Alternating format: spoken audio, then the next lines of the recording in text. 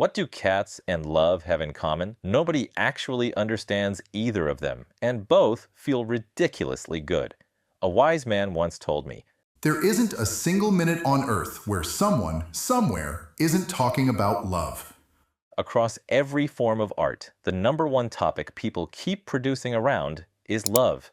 And today, we're going to look a little closer at how songs talk about it. Is the whole world really packed with fragile, romantic butterflies? Or are love songs basically a necessity? I found some interesting stuff. Do you have a favorite love song? Mine is in comments. Let's look at the Billboard list.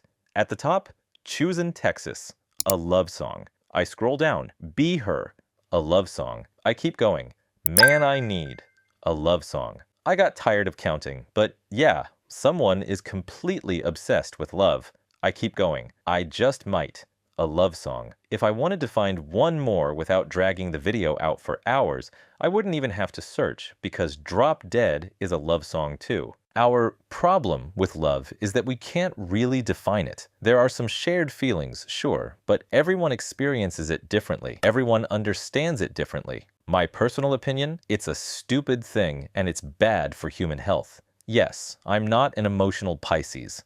I'm a simple man. At the same time, love is both extremely familiar and extremely different.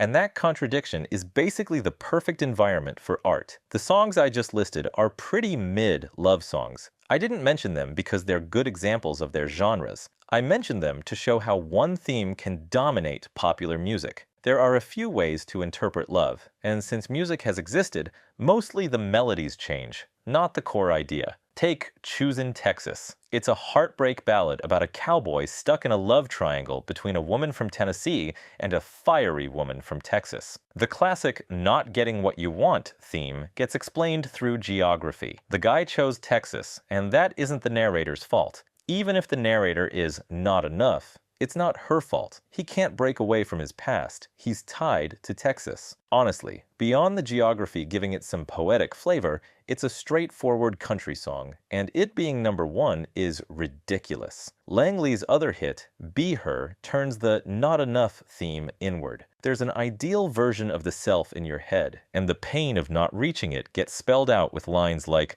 I just want to be her so bad. It hurts so bad.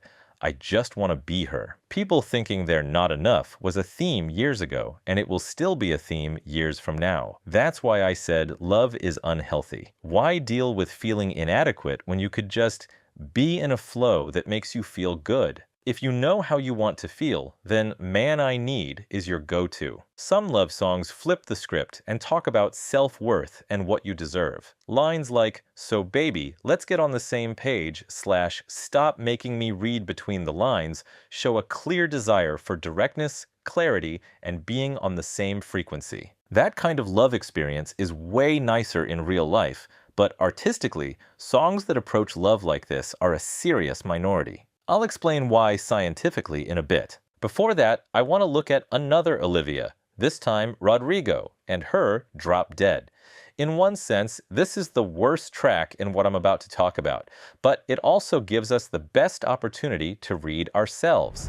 Professor Nathan DeWall at the University of Kentucky led a linguistic analysis on Billboard hits. He argues commercial music is an extremely accurate indicator of cultural psychology and anxiety. DeWall says popular music reflects our cultural values, and right now, self-love is highly valued. Over time, songs started being more about me than we. Research shows that since the 1980s, self-centered romantic narratives that slide toward narcissism have become more common. Stanford psychologist Jamil Zaki points out that the digital ecosystem is seriously damaging Gen Z's ability to form healthy romantic and social bonds. According to Zaki, the U-shaped happiness curve people have used for decades is breaking. Older adults remain happy, middle age stays around the middle, but young young adults are now less happy than both groups. He links this to economic insecurity and a media ecosystem that monetizes anger and anxiety. That constant anxiety inevitably leaks into how modern artists write about love. You can see this social shift clearly in Olivia Rodrigo's Drop Dead. The song frames romance not as peaceful harmony between souls,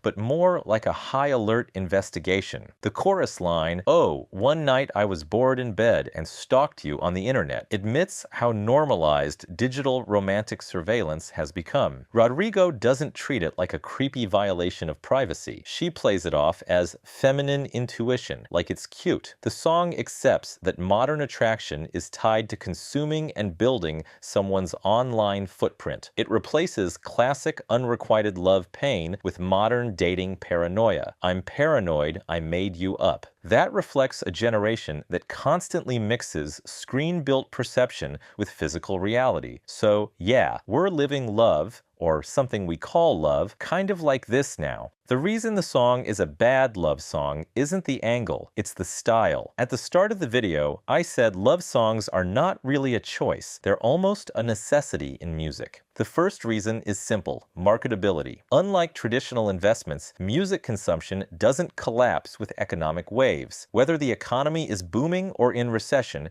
people still listen to music. Investors evaluate catalogs by wear rate. Viral hits that burn bright and fade, losing 70% of their listens within 6 to 12 months, are considered high risk and valued lower. In contrast, evergreen love and heartbreak songs, still listened to 20 or 30 years later, usable in films and commercials long term, are the highest value assets. And the most ideal evergreen concept in music is love songs. Like I said, I'm not a Pisces, I don't care, but people have been producing around this theme for thousands of years. Professionals know this. A love song that truly connects with listeners is valuable now, and it will stay valuable later in almost the same way. Christmas songs are evergreen too, but only around the holiday season. Love songs don't have a season. There's no love song month. That's why the catalogs buyers are most willing to pay for are usually love songs focused on universal themes, not super specific ones. In Drop Dead, the stalking on the internet stuff is extremely Gen Z. When today's listeners grow older, they won't talk to each other like that, and even if they do, digital language keeps updating. In the future, we probably won't even call it stalking. We'll use some new word. The song also has lines like, "Pisces and a Gemini, but I think we might go really nice together." If you're lucky, meaning you're not a Pisces, then you can basically ignore this song because it's for Pisces and Gemini people. If you want a more durable track, Bruno Mars' "I Just Might" helps. We've been talking about the emotional side, but let's admit it.